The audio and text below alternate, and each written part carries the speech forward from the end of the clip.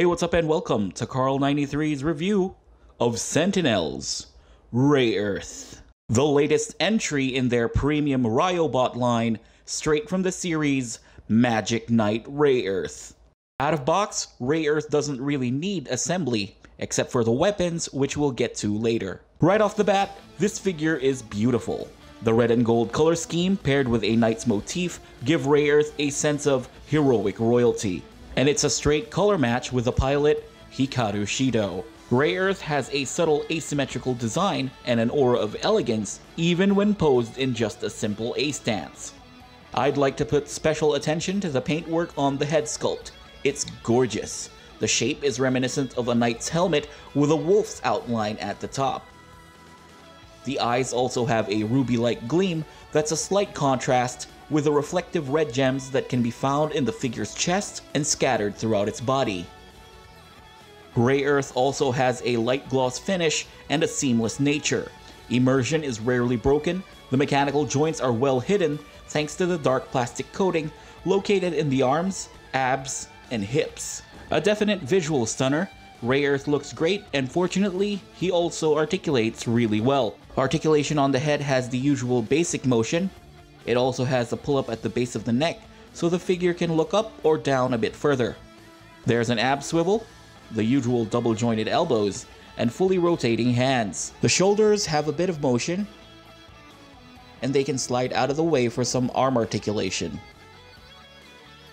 The way the skirts are designed, it limits a bit of leg articulation. The side skirts can move out of the way a little bit, so Rayearth will be able to move his legs sideways or backwards to a degree, and it's definitely not as bad as the Force Impulse. The legs have no problem moving forward, double-jointed knees, and the nature of how the figure's feet are designed, the individual claws are movable, and they can also individually pivot and bend. Despite the feet's unconventional design, Rayearth balances really well. Accessories start off with 6 extra manipulators that are easily switchable. Rayearth comes with his oversized claw weapon with half an arm attached. In most mediums, they show it on his left arm, but this figure is a bit more ambidextrous and you'll be able to attach it on either side. He also comes with his awesome looking sword. That crossguard design is very feral looking.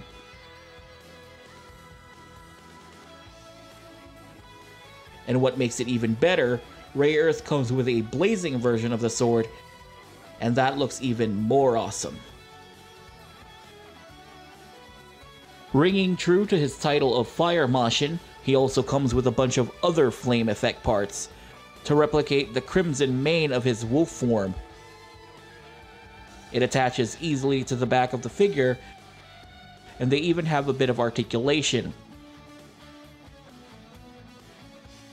Attach the figure with the included stand, and Rayearth can pull off some pretty impressive aerial posing.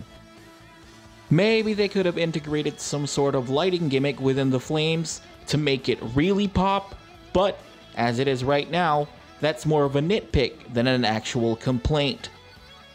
Rayearth is not a scale figure, but he is a good size.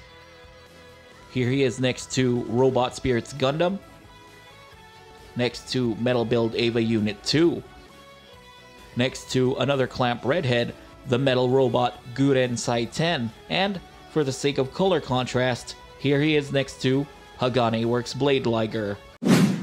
Sentinel hits a home run with their Ryobot Rayearth, rocking an amazing look with an abundance of accessories and ample amounts of articulation. Sure, the road to its release may not have been the easiest, with multiple delays under its belt, and the high price of entry is definitely nothing to scoff at. And, admittedly, I can't deny that Rayearth is a tad overpriced, especially since the figure doesn't feel as heavy or as premium as I would have liked. But I think the final product itself is worth the wait. Now if it's worth that price, that's completely up to you. Magic Knight Rayearth is a franchise I'm personally nostalgic for, and it's mostly because of the Filipino dubbed opening. I was way too young to actually remember the story beats, but the opening is a certified banger to this day.